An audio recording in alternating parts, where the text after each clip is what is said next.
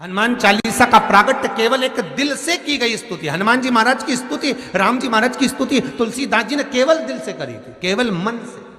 और ये नहीं कहते कि हनुमान चालीसा पढ़ोगे तभी भगवान, नहीं नहीं, आप दिल से अगर भगवान को पुकार लीजिए, आप दिल से पुकारो उसको, वो आएगा।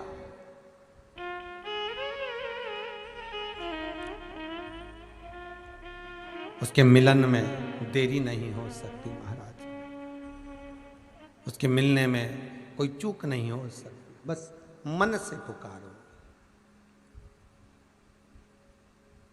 भगवान शंकर गदा पर जो बैठे थे भूतेश्वर, उन्होंने कहा हनुमान एक काम करो, तुम्हारे 5 मुंह कर दो। हनुमान जी का पंचमुखी अवतार, तुम अपने 5 मुख करो। और हनुमान जी महाराज ने अपने 5 मुख कर लिए। नरसिंह का अवतार, बरहा का अवतार, ऐसे 5 मुख हनुमान जी महाराज ने करे। गरुण अवतार, हनुमान जी ने ऐसे 5 मुख बनाए, एक ऊपर, एक उत्तर, दक्षिण, पूर्व, पश्चिम के मुख बनाकर शंकर भगवान गदा पर थे, गदा सम्मुख में रखकर भगवान शिव बोले मार फूक, और हनुमान जी ने जो फूक मारी 5 दिए एक साथ बुझ गए। राम और लक्ष्मण सामने खड़े मिल गए, सामने खड़े।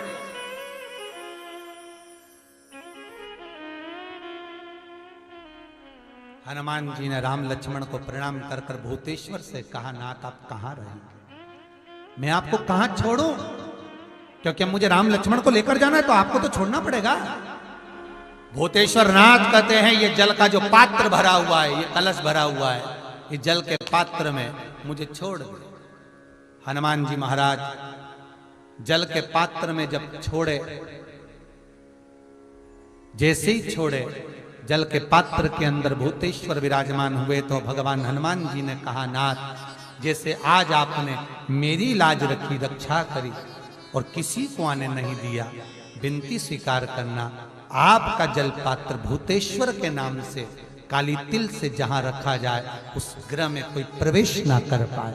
शिव जी ने वचन दे दिया, मेरी चंडियां 64 योगनियां, डाकनी, पिशाचनी, चुड़ैल और भूत इस कलश के विराजमान होते ही सर्वस्व फैल जाते हैं, फिर अंदर कोई नहीं आ सकता, भीतर प्रवेश नहीं हो सकता, भीतर प्रवेशता नहीं। आज भी नियम है महाराज, बहुत ध्यान दीजिएगा। पंचमुखी हनुमान का एक स्मरण, पंचमुखी हनुमान का एक भाव। महाराज जैसे बहुत ज्यादा तकलीफ अगर व्यक्ति को हो गई है, बहुत कष्टमय जीवन चल रहा है, हार गए हर जगह से और तकलीफमय जीवन चल रहा है, तो पंचमुखी हनुमान का एक शिव महापुराण का और स्कंद पुराण का एक बड़ा सुंदर मंत्र है। उस मंत्र को आप सब एक बार हमारे साथ में बोलें। ओम नमो हनुमते रुद्र अवताराय सर्व शत्रु संहारणाय सर्व रोग हराय सर्व वशीकरणाय रामदूताय स्वाहा। बस इस मंत्र को हाथ में काली तिल लेकर, एक जौ लेकर और गूगल लेकर, थोड़ा सा उसमें गाय का घी डालकर, कंडे को या अग्नि को जलाकर इस मंत्र का 11 बार 21 बार जाप कर कर अपनी कामना कर कर छोड़ दीजिए। कैसा भी रोग हो, बीमारी हो, कष्ट हो, दुख हो, तकलीफ हो, 21 दिन के अंदर वो आनंद आना प्रारंभ कर देता है महाराज। इस मंत्र, स्कंद पुराण का, शिव महापुराण का ये मंत्र मूल पंचमुखी हनुमान सुख देंगे और सुख देंगे। और एक और चीज याद रखिए महाराज,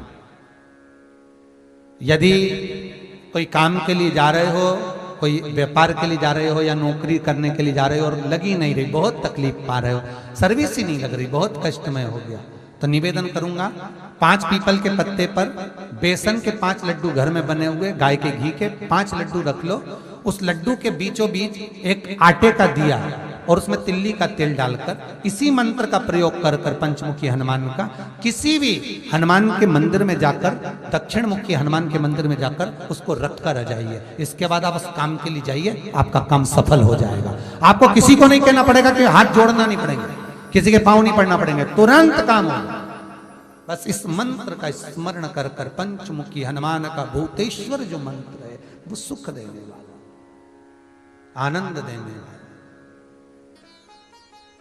मेरे शिव की कथा कह रही है, मेरे शंकर की कथा कर रही है, शिव महापुराण कर रही है। ये 24,000 श्लोकों का जो बाबा वेद व्यास जी महाराज ने रचना करी है, ये मेरे शंकर का जो अनुमोदन कर रहा है। ये शिव महापुराण मेरे शंकर का ही शिवलिंग है, ये शिवलिंग वर्णन कर रहा है, ये शिव पुराण वर्णन कर रही है कि जो मानव की देह मिली है, ये मानव का शरीर बड़ी मुश्किल से मिला है और इस मुश्किल से मिले हुए शरीर को यूं नहीं गंवा देना है। हमारे प्राण जब निकले, क्योंकि ये कुल्हाड़ी, ये तलवार हमारे सिर पर लटकी हुई है, प्राण तो निकलना है, आज नहीं तो कल। बस अंतर इतना है, फिर तुम स्माइल देकर प्राणों को छोड़ो, चाहे रोकर प्राणों को छोड़ो, पर मरना तो पड़ेगा, निश्चित है। एक विश्वास रखो उस शिव पर, एक भरोसा रखो मेरे शंकर पर।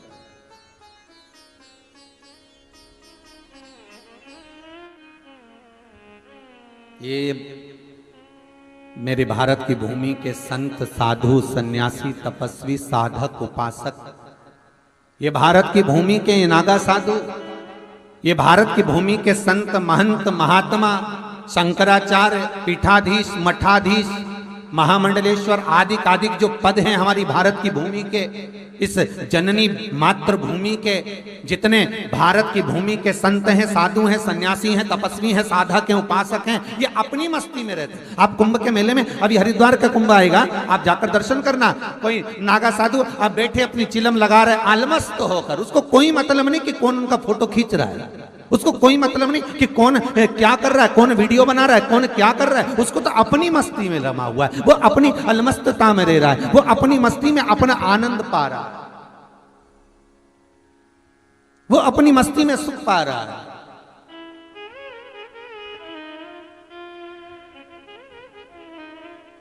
एक बाबा से पूछा उज्जैन के कुंभ में, कहाँ लगा था अपना पंडाल, बड़नागर रोड पे, बड़नागर रोड पर पंडाल लगा था, तो नागा साधुओं की टोली पास में लगी हुई थी, मिलना हुआ।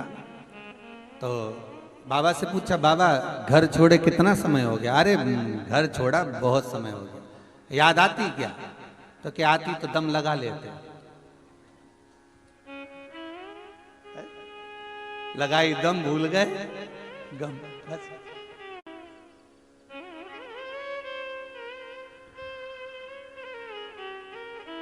बाबा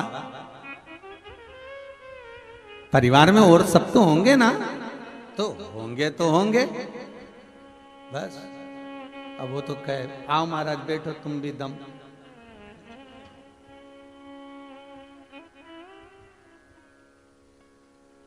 हमने कहा एकदम लगी लगाई है शिव महापुराण की, ऐसी लगी है कि वो छूटती ही नहीं है।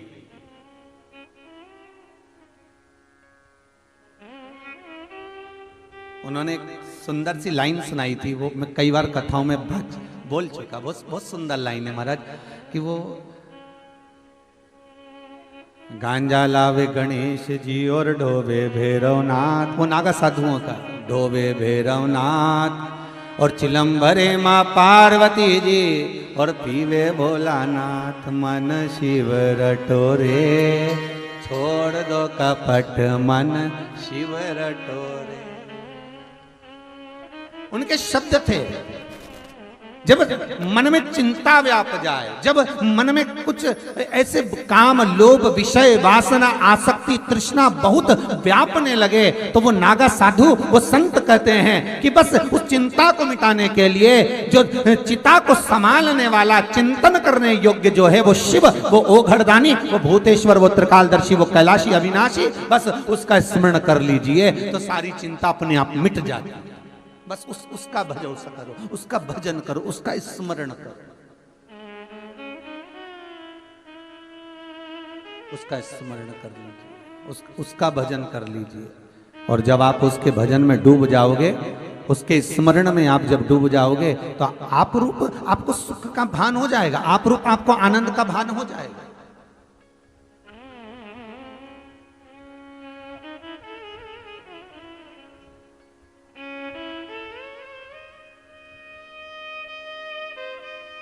महाराज,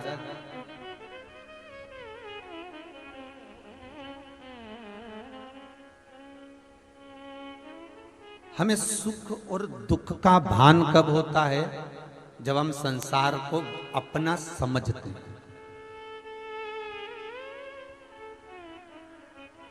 गौतम बुद्ध, श्री सिद्धार्थ जी रथ पर बैठकर जा रहे हैं अपनी राजसी ठाट के साथ में, राजसी ठाट के साथ में रथ पर बैठकर जा रहे हैं रथ, और सामने से एक अर्थी निकल कर जा रही थी, सामने से एक अर्थी निकल कर जा रही। सिद्धार्थ जी ने पूछ लिया, सिद्धार्थ जी पूछ रहे हैं कि ये जो सामने सोकर जा रहा है, लेट कर जा रहा है, निकल रहा है, लोग इसको बांध कर ले जा रहे हैं, इसके ऊपर पैसा फेंक रहे हैं, फूल फेंक रहे हैं, तो ये उठ क्यों नहीं रहा? ये उठता क्यों नहीं? आखिर ये क्यों नहीं उठ रहा? रथ चलाने वाला कितना ज्ञानी होगा सिद्धार्थ जी का, श्री गौतम बुद्ध जी का, कि वो रथ चलाने वाला कह रहा है सिद्धार्थ से, सिद्धार्थ जी ये मर चुका है, इसमें प्राण नहीं है, इसमें प्राण नहीं है, तो इसको भान नहीं है कि इसके ऊपर पैसा फेंका जा रहा है, कि फूल फेंका जा रहा है, कि मखाने फेंके जा रहे हैं, कि संपदा फेंकी जा रही है। सिद्धार्थ जी ने कहा तो एक आध दिन तो हमको भी मरना ही है ना, एक दिन तो हम भी जाएंगे। हाँ, तो फिर क्यों हम संसार में रम रहे हैं? सिद्धार्थ बस उसी दिन रथ से नीचे उतर गए और वही सिद्धार्थ गौतम बुद्ध बन गए। और वो बुद्ध जो केवल भीतर की मस्ती में रमते थे, भीतर की मस्ती, वो किसी से मतलब नहीं, बस अपनी मस्ती भीतर की। महाराज ओम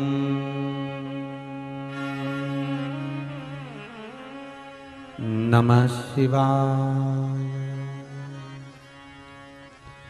ओम नमः शिवाय।